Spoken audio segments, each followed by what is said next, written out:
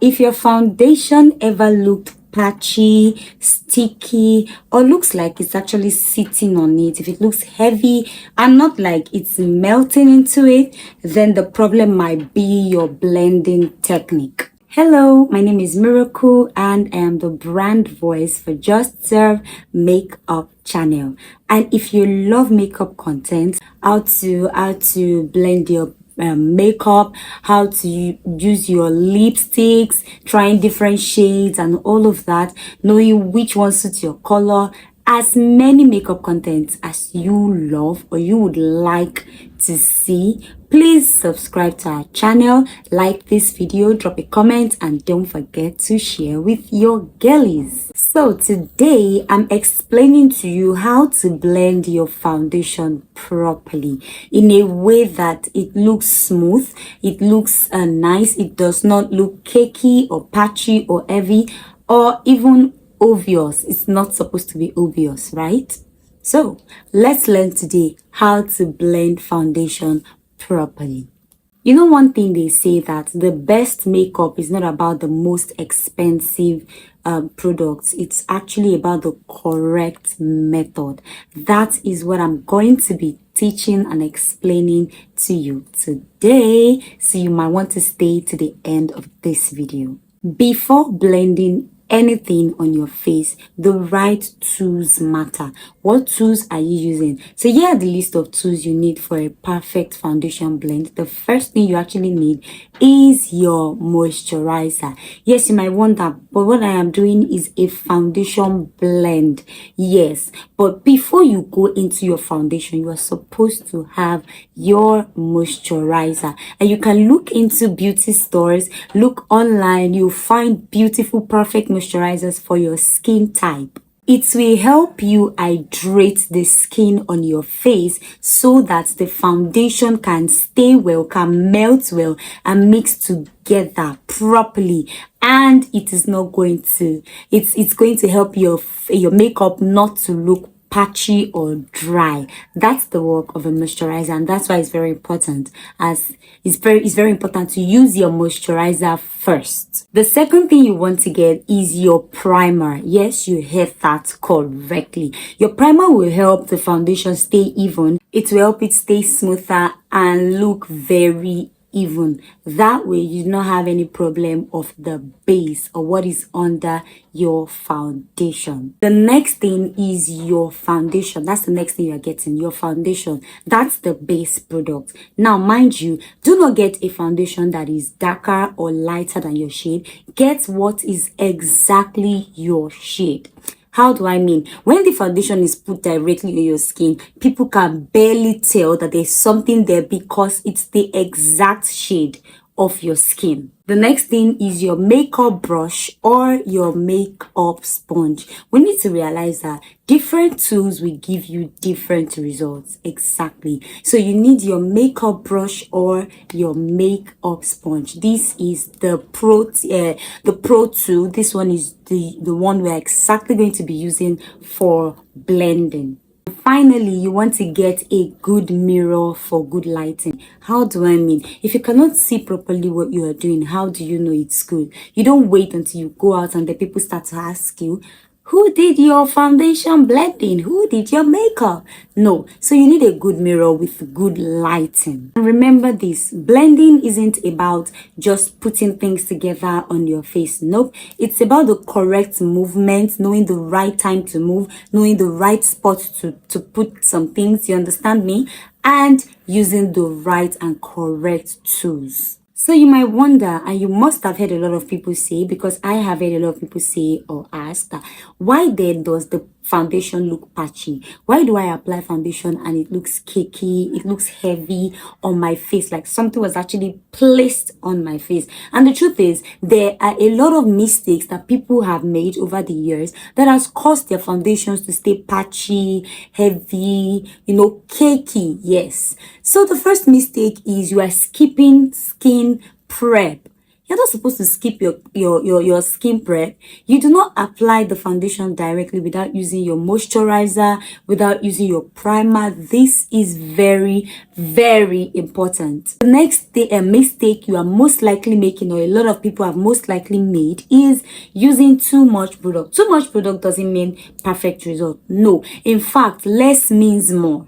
Yes, in the makeup world, less means more. And unless you are applying for heavy makeup stuff, you don't need too much product on your face. Tell me, why are you're not building a house? Why are you using so much foundation on your face? The next mistake that I'm going to talk about is using tools wrongly. Why exactly do you drag the sponge or drag the brush rather than just dabbing? The movement of your tool is supposed to be correct and not wrong. You're not supposed to drag or put it all over your face. I mean the sponge or the brush. You're supposed to dab, or you press it into the skin. That is exactly how to use your tools. So wrong tool movement is another mistake. The next mistake I'm going to talk about is not blending edges. A lot of people make this mistake. When I say edges, I'm talking about the jawline.